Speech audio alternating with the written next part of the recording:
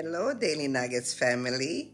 Today with us we have Mrs.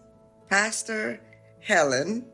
She is going to be speaking to us about turning those dreams into reality, taking those dreams and turning them into actions. She is a creator of many, many, many projects. She has an NGO in Nigeria that takes care of orphans and women. She also has turned so many dreams into actions. She makes clothes. She is an amazing cook. She can cook that egusi soup, that jollof, rice, yum yum. She is here to speak to us today. I'm excited to have this session with our own Pastor Helen, the wife of Dr. Favor, the pastor of AOM Church. Thank you so much. Looking forward. Hello, friends from around the world. Amelia here with your Daily Nuggets. Back to back, we have our two pastors today visiting our studio. And Pastor Helen, introduce yourself to our Daily Nuggets audience. Hello, Daily Nugget family. This is Pastor Helen Ibom. Greetings to you all. Daily Nuggets. We are here today, and Pastor Helen is going to talk to us about turning dreams into reality, turning all those dreams into actions. Don't just talk about it. I'm going to do this, I'm going to do that, I'm going to do that. Make it happen. What better person, ladies and gentlemen, than our own Pastor Helen here, who has turned so many ideas into action. Pastor Helen, take it over.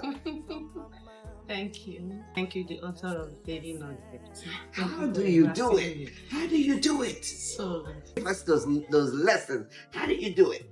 It's just the grace and being intentionally about what I want to achieve. So I first dream it and I try to see the reality and work towards it to see it happen. So it doesn't remain just a dream but a reality. So there are so many things growing up I dream seeing happen in my lifetime. Which with time and the grace of God, I've seen God helping me to realize this. One of them I will share with you. Growing up as a single, I visited orphanage a lot. And after my wedding, the next month after my wedding, which was my Thanksgiving day, after going to the church service, I went straight to the orphanage to spend that first day in the orphanage. Yes, a day after my wedding, because I go up to the orphanage to visit them, pay a visit. And so because I've been visiting, and now after my wedding, I felt like it would be good to go have that celebration with them just a day after my marriage.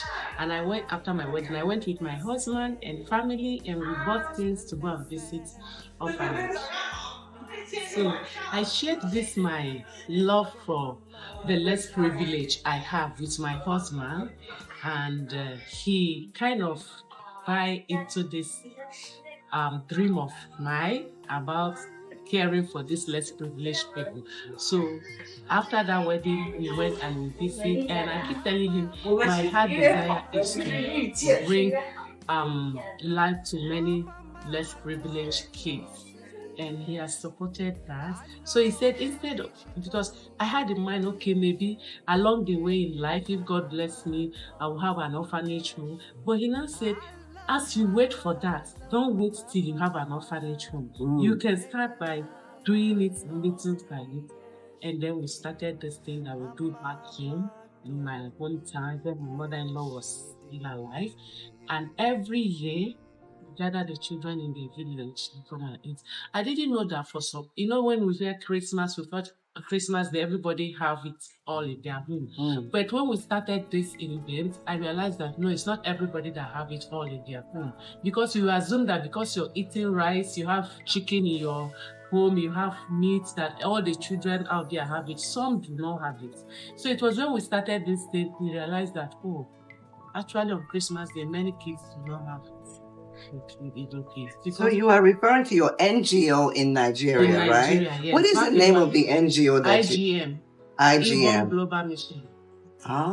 Even Global Mission. Our son in the Global Mission. Wow.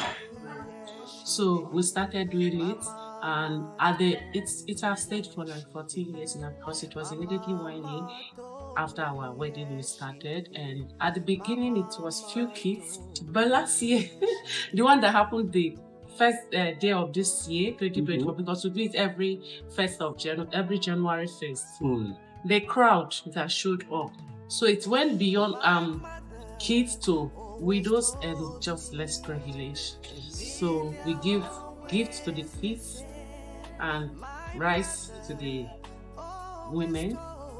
So this year on, the number we saw was overwhelming. But we trust God that we'll keep financing that. So it's something that I and my husband have done over the years single-handedly on our own. But a few years ago, we got someone who sold into it. One of our good friends. Yeah. I was about to ask you, how do you make that even work? That dream of yours work? Because I have never heard you ever collect any funds ever in the 8 years I've known you for this NGO. I never talk about it. It's something that we desire to do, so we do it single-handedly. The person that sold into it have to reach out to us to tell us what he was seeing. And we now share this thing that has been happening. His pastor, Sean, by the way, in the US, he's one of the pastors in BIC, one of the leaders in BIC. So he sold into it. He has sold for 2-3 years now. He has supported it. Wow. And one of the sisters also in the church, she's anonymous. She sold into it last year or so. Wow. So very few people, apart from these two people, we hardly talk about it, and I never share about it, even why I preach, because it's something that I honestly desire that if God bless me, I'll keep doing it. Wow. So because of we got a support for the 2-3 years, we were able to also give money to some of the women to start business. Wow.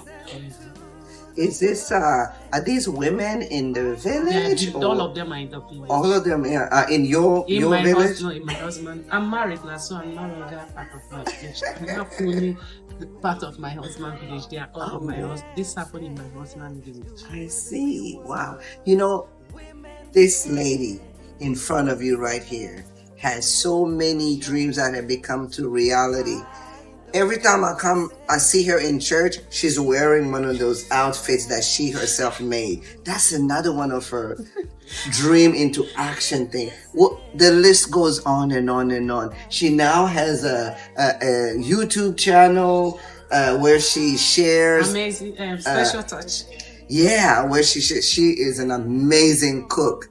I still cannot cook egusi soup, but can you tell us about some of those other dreams, like your sewing? How did those become into reality? The cooking, was that from being a cooking since you were little, or what? We want to know. So let me share the sewing. My first year in China, when I just arrived, I happened to attend the school. When I was learning the language, I met this girl from Nigeria who was also my classmate, but apart from learning the language, she was also attending fashion school. And she would sew some nice outfits and come to class. I feel like, wow, she'll tell me she's the one sewing. I really so much admire her sewing for herself, but I never knew how to come about that until last year. I visited my friend, Eddie, and then she was showing me the things she made for herself. I was like, you made this clothes yourself? She said, yes. She was like, what's sewing? I said, oh my God, where did you go to learn that? She said, yeah, in China. I said, I'm interested. So she connected me to Solange, which was my teacher. And then I started learning. And now I feel so joyful knowing that I can make an outfit for myself. Yeah, and also for your daughter. And for my daughter. Deborah, the two of you Zion. come like, you make for Zion. Zion too? Oh, you're going to be making for me too soon. I have so many African material at home. I will be bringing them.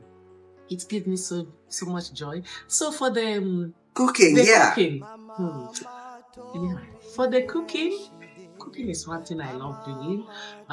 For some years in China here, one thing I've been doing is whenever my members they patronize me, oh, let me give a shout to Nigerian embassy in China. Ooh, shout out to Nigerian embassy. They patronize me a lot whenever they have any events. I do the catering job for them. When they had the last National Day, I did the catering. Even the minister of Foreign Affairs here gets to put my visit, and an honor cooking for prominent and big men, and they cook my food. When they have the 51 president of Africa visited China, I was the one doing the catering for them, the governors. My phone was busy. It was not easy, but something that gives me joy. But this thing I've done from behind the scene, nobody knows about it because I don't talk about it. Yeah. Then one day during the lockdown, I felt like I need, the lockdown was something else. So I wanted to keep myself busy, something that would keep me busy so that my mind would be busy. So I was now telling my children that it's like I need to start up something in YouTube. What will I do? So I was just thinking of what to do. And then they say, well, you cook. Why not do cooking channel? I said, wow. You didn't say every time you cook, you can turn it to a channel. And I didn't really want to take that. I was like, cooking channel. But I look into it. And my husband was like, yeah, he's right. You like cooking. So I think you can do that. So that's how the channel, the Special Touch channel came up. Wow. So who's your photographer, if I may ask? Is that a secret? The person who do the videos for me initially was Deborah, but now I have a camera stand. So now I do the videos and I edit it. Our baby Deborah. Yeah, she was helping me at the beginning. Yeah, she does the videos and because Deborah have kind of some taste of art. She's very good when it comes to organizing. So she set up the things and she does the video for me. But I now got a stand because she'll go to school. So I use the stand to set my phone and record while I'm cooking. And then when I finish, I go to editing. Wow. So the other thing that you have turned into action, your dreams into action is, as I watch you, you have impacted many women's lives. You don't just preach about it, but you put it into actions. There is not one single woman that can leave this Beijing and say that you have not touched their life. How do you do it? As a busy mother, a busy wife, a busy everything. One thing that really makes me do what I do is I was reading a book written by Bryn Johnson of he said you cannot have authority over what you don't love. So being a pastor wife and a pastor, I felt I have to love people God bring my way.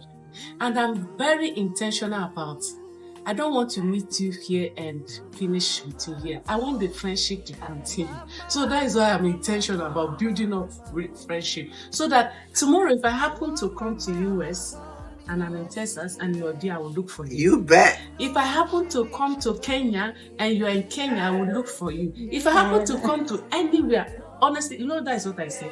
If I go to anywhere that I have a home family are there, I'll look for them. I will look for that connection. So I'm intentional about building up relationship, not just building up relationship, but keeping relationship because it's important. Wow. That is applications of investing in people. Don't just talk about it. Don't just let it be a dream, but bring it into a reality. This woman here, I call her Mama Ellen. I'm older than you. You are still my spiritual mama. Thank you. Thank you so much. And Daily Nuggets, we have been blessed today. Would you please come back to the Daily Nugget family platform? Anytime. Thank you so much. Thank you for Daily Love Nuggets. you. We want to appreciate you too. It's been a blessed journey. You follow your channel. I want you to know that you are impacting life, not just here, but beyond here. Because you might be just looking at people here, but people you are impacting here will go out to impact other people. So I'm so happy for the way you are doing and how God has taken you. Keep doing what you're doing. Thank you It's a so dream. much. It's something that God is using you to do. You can say hand dancing to you. So be Thank encouraged. you. Don't be sick. And this was Daily Nugget. Nugget.